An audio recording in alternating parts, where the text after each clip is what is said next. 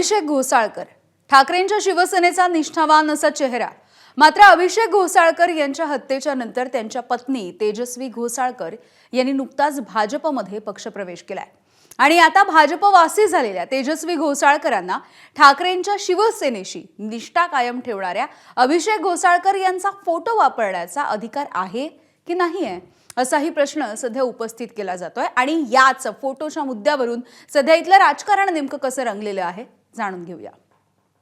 God bless you. We'll go outside and we'll start.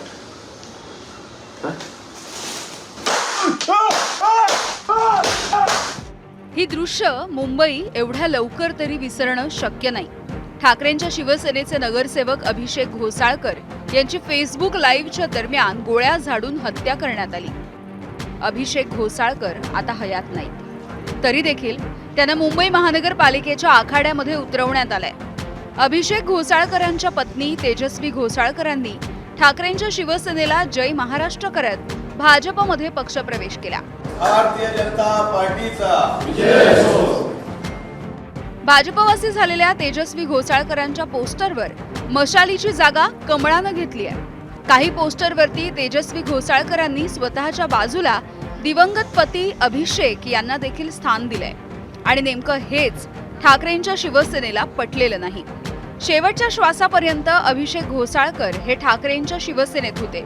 मग तेजस्वी घोसाळकर अभिषेक यांच्या मृत्यूनंतर त्यांचा भाजपमध्ये प्रवेश कसा काय करू शकतात असा सवाल ठाकरेंच्या शिवसेनेने विचारायला सुरुवात केली आहे। शेवटी तुमची वैयक्तिक आयडेंटिटी तुम्ही द्या ना लोकांसमोर। म्हणजे तुमची आयडेंटिटी काय? तुमची आयडेंटिटी हीच आहे की तुम्ही अभिषेकजींचे सो होत्या आणि मग आज म्हणजे त्यांचाही प्रवेश झाला आहे का असं एक प्रश्न सर्वांच्या मनामध्ये होतो। कारण मला असं वाटते की जर अभिषेकजी जर हयात असते तर असा निर्णय त्यांनी कदापिही घेतला नसता। आणि मला असं म्हणून तिकडच्या कार्यकर्त्यांच्या भावना तीव्र आहेत की तुम्ही निर्णय घेतला ना, ठीक आहे, तुम्हाला शुभेच्छा, पण तुम्ही परत आमचाच ब्रँड वापरून तुम्ही लोकांसमोर जाण्याचं काम करतायत। पोस्टरवरून अभिषेक घोसाळकरांचा फोटो वापरायचा नाही अशी ताकीद देताना संजय राऊतांनी तेजस्वी घोसाळकरांना कोणता सल्ला दिलाय ऐका। ज्यांनी शिवसेनेचा पक्ष सोडला त्यांनी आपल्या निष्ठावान शिवसैनिक पतीचा फोटो लावून मतं मागू नयेत। त्यांनी मोदींचा